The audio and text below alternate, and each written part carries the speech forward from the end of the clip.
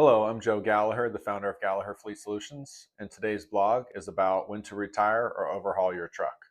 So I get asked this question a lot from our customers of if they should rebuild a major component or if they should retire a truck. And it comes down to total cost of ownership.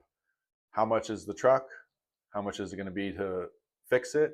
And then what's the life expectancy after the repair?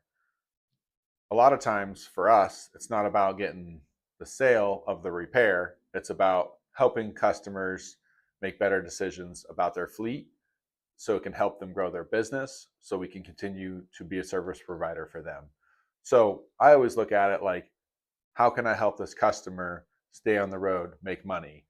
And is this truck worth fixing or should you replace it? There's a lot of details that go into that: price of the truck, life expectancy of the truck, amortization of the truck, how readily available that type of truck is, and how long it's going to be to replace it, and then how many more years of life are you going to get left once you do a major component rebuild or overhaul. If you want to know more, check out our blog. We go over it in detail. Thanks. Have a good day.